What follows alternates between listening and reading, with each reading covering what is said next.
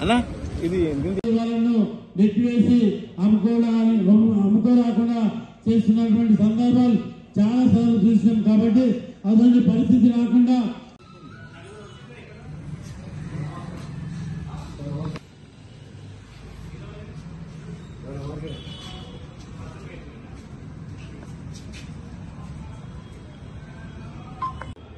కాంగ్రెస్ ప్రభుత్వం ఏర్పడిన తర్వాత మా బీఆర్ఎస్ పార్టీ అగ్ర నాయకత్వంపై బీఆర్ఎస్ పార్టీ శాసనసభ్యులపై అక్రమ కేసులకు వ్యతిరేకంగా ఈ రోజు గుడిమల్కాపూర్ మార్కెట్ కమిటీ యొక్క ప్రమాణ స్వీకారోత్సవానికి వస్తున్నటువంటి మంత్రివర్యులకు ప్రజాస్వామ్య పద్దతిలో మేము మెమోరాండం ఇచ్చి అక్రమ అరెస్టులను ఆపవలసిందిగా కోరడానికి మేము సమాయత్తమవుతున్నటువంటి సమయంలో అక్రమంగా మాకు అరెస్టు చేసి గుడిమల్కాపూర్ పోలీస్ స్టేషన్ కప్పజముద్ర పోలీస్ స్టేషన్ అధికారులు అక్రమంగా అరెస్ట్ చేసి ఇక్కడ తీసుకురావడం జరిగింది.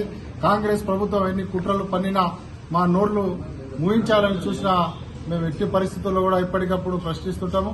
ప్రశ్నించే గుర్తుకలను అణగదొక్కాలని కాంగ్రెస్ ప్రభుత్వం రేవంత్ రెడ్డి ఏదైతే ప్రయత్నం చేస్తున్నాడో కేటీ రామారావు గారిపైన కానివ్వండి, పౌడి కౌశిక్ రెడ్డి గారిపైన కానివ్వండి, ఇతర శాసనసభ్యులపైన కూడా అక్రమ కేసులను బనాయించడము తగదని సందర్భంగా చెప్తున్నాము.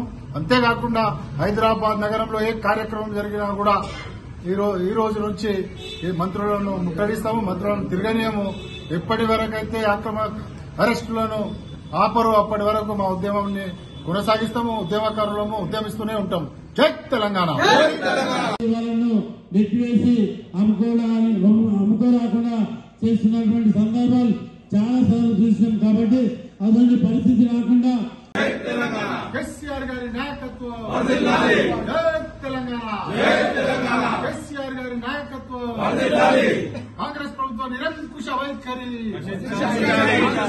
కాంగ్రెస్ ప్రభుత్వం నిరంతర వైఖరి.